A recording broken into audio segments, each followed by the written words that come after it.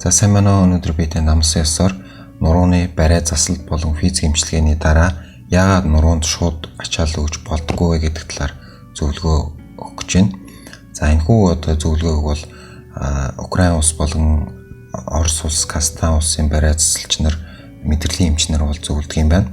Тэгээд энэхүү зөвлөгөөний дагуу бас миний би өөрөө 128 хүний дунд хийсэн судалгаа, бяцхан судалгаа бас та бүхэндээ танилцуулах болно.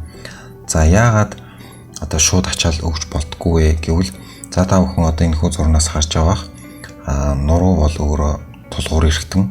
Тэгэхээр энэхүү тулгуур эргэтэн болох нурууг маань маш олон төрлийн холбогчид болон булчингууд хамгаалж идэг байна. За булчингууд гэвэл гүн булчингууд байна, өнгөц булчингууд байна тийм. Энэ булчингууд маань хүний нурууг бол маш сайн гаднаас нь чанга барьж өгч идэг байна.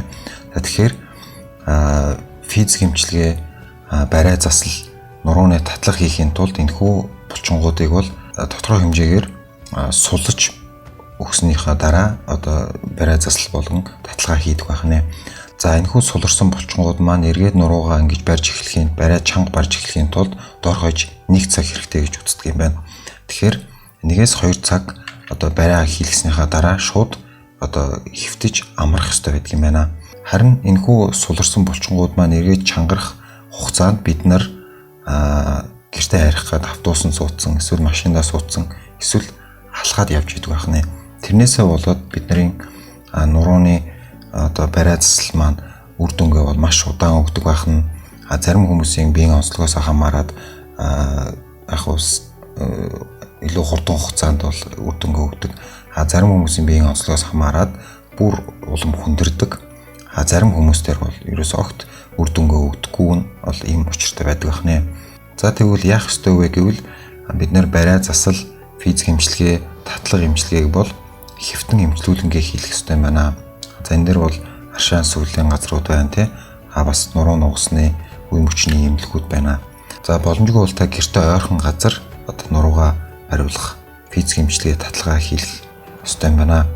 За зарим нэг нуруунд дөнгөж өвдөж эхэлж байгаа хүмүүс, эсвэл тогтмол суугаа ажилтаа хүмүүс, эсвэл нурууны өвчнөөс урдчлан сэргийлэхийг хүссэн хүмүүст хандж эхлэхэд та орой унтахаасаа 2 цагийн өмнө нуруунд жоохон тосон төрхлөг массаж хийгээд жоохон нурууны булчингуудаас суллаад өгөх юм бол та энэхүү өвчнөөс тодорхой хэмжээгээр бас сэргийлэх боломжтой гэдгийг хэлмээр байна.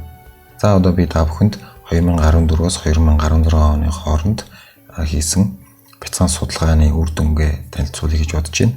За тухайн үед бол миний ажиллаж байсан газар бол альва нэг өвчнөөс урьдчилан сэргийлэх талаар ухуулах сурчлагааг бол тогтмол хийж исэн учраас манайд хөвчлэн 120 дөнгөж эхэлж исэн эсвэл хөнгөн хэлбэрийн нурууны өвчтөй хүмүүс бол төлхөө ирдэг байсан. Надаас ирээд зөвлөгөө аваад эргээд надтай холбогдсон нийтдээ 128 хүний дунд хийсэн судалгаа байгаа.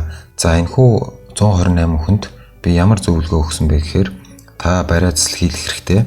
Гэхдээ та хэвтэж эмчилүүлэнгээ хийлгээч. Аль эсвэл гэртээ ойрхон газар хийлгүүл их зүгээр байна гэсэн зөвлөгөөний дагуу явсан хүмүүс байгаа. За энэ 128 хүнээс 78-нд нь энэхүү зөвлөгөө маань маш сайн үр дүнгээ өгсөн. Тэгэхээр энэхүү зөвлөгөө маань таны нурууны өвчнөд ч гэсэн маш сайнаар нөлөөлнө гэдэгт би итгэлтэй байна. За энэхүү миний хийсэн бяцхан судалгаанд хамрагдсан 128 хүний 110 нь бол эмэгтэй хүн байсан, 18 нь бол эрэгтэй хүн байсан. Ер нь бол зөвлөгөө өгж явах явцад бол эрэгтэй эмэгтэйгүү манай Монголд бол нурууны өвчин бол маш их газар авсан гэдэг нь бол харагдаж байсан. Яагаад харин эрчүүд маань надтай буцаж холбогдоогүй вэ гэвэл ер нь бол Монгол эрчүүд жоохон биендээ хаардгүй юм уу, эсвэл хитгэл хайнга байдаг юм уу тийм. Ямар ч лсэн буцаж эргэж холбогдсон хүмүүс нь бол их хвчлэн эмэгтэйчүүд байсан. Тэгэхээр эрчүүдтэй хандж хэлэхэд биендээ анхаараач, нуруунд анхаараач. Ер нь бол битгий хандаач гэдгийг бас энэ ташрамд хэлмээр байна.